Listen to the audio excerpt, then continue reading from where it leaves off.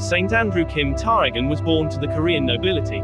His parents were converts to Christianity and his father was martyred.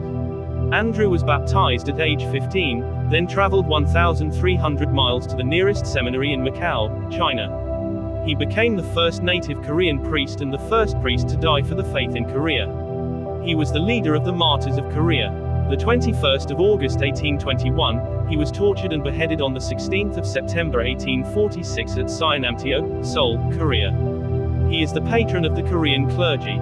Saint Paul Chong Hasang was the son of Yakjong Church who was martyred in 1801 in the persecution of Shinyu, an attack on the faith that killed all the clergy in the country. Son of Saint Yu Cecilia, brother of Saint Young Hai. Paul, though a layman, reunited the scattered Christians and encouraged them to keep their faith and live their faith. He wrote the Sangja Sang-su, which explained to the Korean government why the church was no threat to them. He crossed into China 9 times, working as a servant to the Korean diplomatic corps. There he worked to get the Bishop of Beijing to send more priests to Korea. He pleaded directly to Rome for help, and on the 9th of September 1831, Pope Gregory X proclaimed the validity of the Korean Catholic diocese. When the clergy began to return, Paul entered the seminary. However, he died in the GI High persecution of 1839 before he could be ordained. He is regarded as one of the great founders of the Catholic Church in Korea.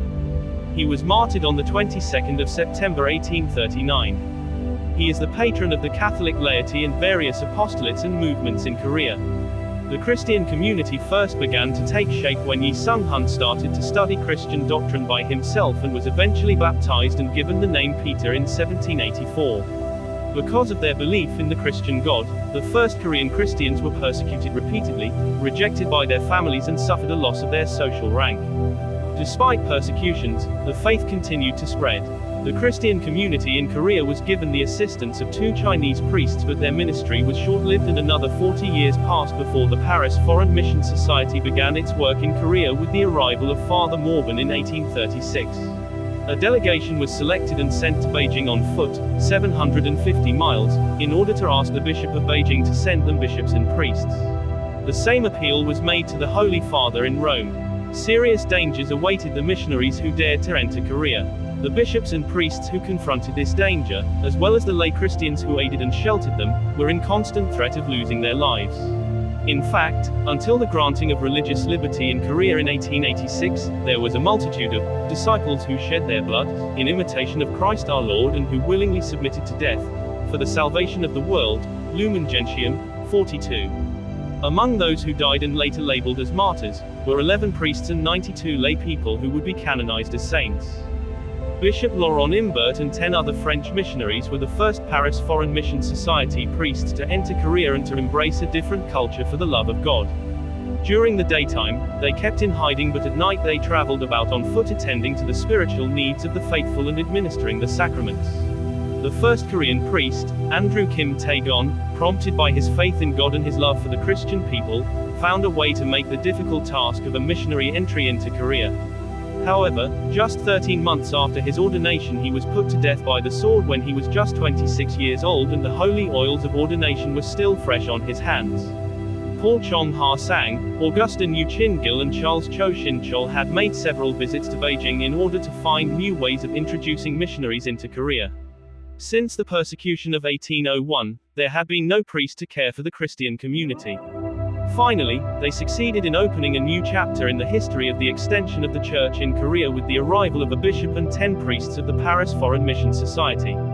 Among the martyrs honored were 15 virgins, including the 2 sisters Agnes Kim Hyo-ju and Columba Kim Hyo-im, who loved Jesus with undivided heart. I-Core.7, 32-34. These women, in an era when Christian religious life was still unknown in Korea, lived in community and cared for the sick and the poor.